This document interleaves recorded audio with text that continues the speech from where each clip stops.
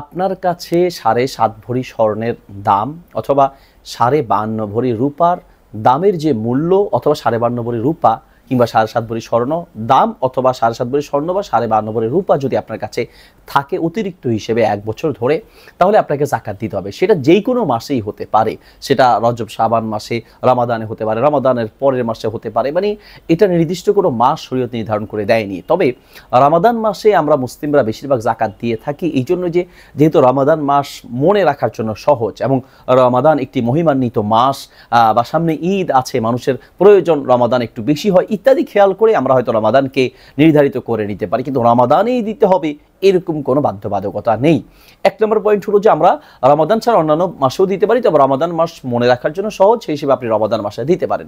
দ্বিতীয় পয়েন্ট হচ্ছে যে আমরা যাকাত দিতে গিয়ে আমাদের সবচেয়ে যে আমলে আমরা সবচেয়ে বেশি গড়িমসি করি তা হচ্ছে যাকাতের বিধানের ক্ষেত্রে।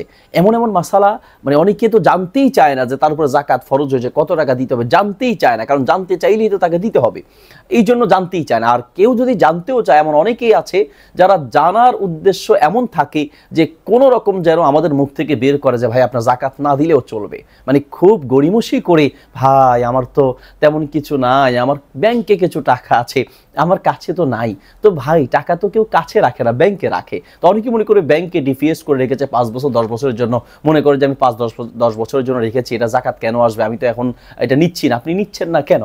আপনি নিচ্ছেন না আপনার সুবিধার জন্য, আপনি চাইলে নিতে পারবেন। যেই টাকা চাইলে আপনি উঠাতে পারবেন সেই টাকার যাকাত দিতে হবে। কারেন্ট অ্যাকাউন্ট, ডিপিএস যাই আপনি করেন ব্যাংকের, সেই অ্যাকাউন্টের টাকার যাকাত আপনাকে দিতে হবে।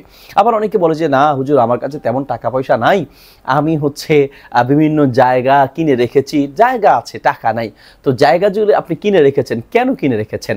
আপনার ওই জায়গার উপরেও যাকাত আসবে যদি আপনি জায়গায় এই উদ্দেশ্যে কিনে থাকেন যে জায়গার দাম বাড়লে আপনি বিক্রি করবেন, অর্থাৎ বিক্রির উদ্দেশ্যে যেই জায়গা আপনি ক্রয় করে রেখেছেন ওই জায়গার বর্তমান মূল্যের উপরে যাকাত কিন্তু আপনাকে দিতে হবে।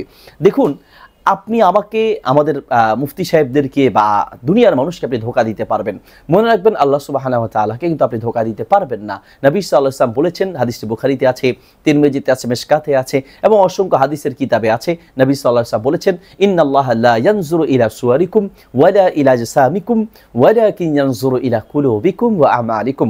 আল্লাহ তোমাদের চেহারার সৌন্দর্য, শরীরের সৌন্দর্যের দিকে তাকায় না, আল্লাহ তোমাদের আমল আর তোমাদের অন্তরের দিকে আল্লাহ দেখেন। তাহলে আপনি অন্তরে কি ইচ্ছা পোষণ করছেন, কোন জল্পনা কল্পনা আছে, পৃথিবীর কেউ না বুঝলেও কিন্তু আল্লাহ সুবহানাহু ওয়া তাআলা বুঝেন। কাজেই আপনি যে জায়গাগুলো বিক্রির উদ্দেশ্যে কিনে রেখেছেন সেই জায়গার বর্তমান মূল্যের উপরে যাকাত আপনাকে দিতে হবে। অনেকে বলেন যে হুজুর আমার কাছে টাকা পয়সা নাই, কিছু টাকা হলে একটা ফ্ল্যাট কিনে রাখে। তো ফ্ল্যাট যে আপনি অনেকগুলো কিনেছেন, যেই ফ্ল্যাটটা আপনি কিনেছেন থাকার জন্য সেই ফ্ল্যাটের উপর যাকাত দিতে হবে না। যেই জায়গা আপনি কিনেছেন নিজে বাড়ি করবেন অথবা ফসল করার জন্য, সেই জায়গার মূল্যের উপর যাকাত আসবে না, ফসলের উপর যাকাত আসবে। অথবা আপনি বাড়ি করার জন্য কিনেছেন সেটার মূল্যের উপর যাকাত আসবে না, যেটা ব্যবসার উদ্দেশ্যে বিক্রির উদ্দেশ্যে কিনেছেন সেই জায়গার উপরে যাকাত আসবে।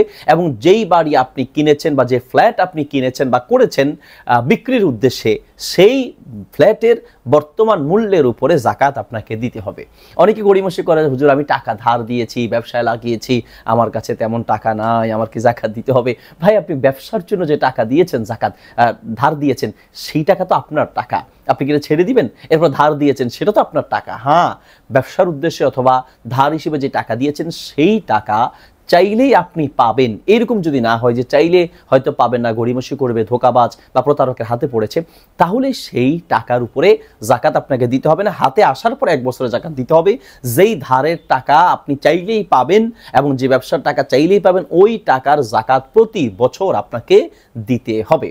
প্রিয় দিনী ভাই বোন, আমরা যাকাত দিতে গড়িমসি করি কারণ মনে করি যাকাত দিলে তো কমে যাচ্ছে। ওয়াল্লাহি নবী সাল্লাল্লাহু আলাইহি ওয়াসাল্লামের কথা রাইফেলের গুলি মিস হতে পারে, আল্লাহ নবী সাল্লাল্লাহু আলাইহি ওয়াসাল্লামের কোনো কথা দুরকম হতে পারে না। তিনি বলেছেন, মা নাকাসাত সাদিকাতুম মিন মালিন, যাকাত দিলে কখনোই অর্থ কমে না, বরং যতজন আমি দেখেছি আমার সাথে পরিচিত বড় বড় ব্যবসায়ীদের সাথে, আলহামদুলিল্লাহ কেউ যাকাত দেওয়ার কারণে তার কমেছে, গরিব হয়ে গিয়েছেন এমন হয় না, বরং অনেকের বক্তব্য যাকাত দেওয়ার পরে সম্পদ আল্লাহ আরো বাড়িয়ে দিয়েছেন।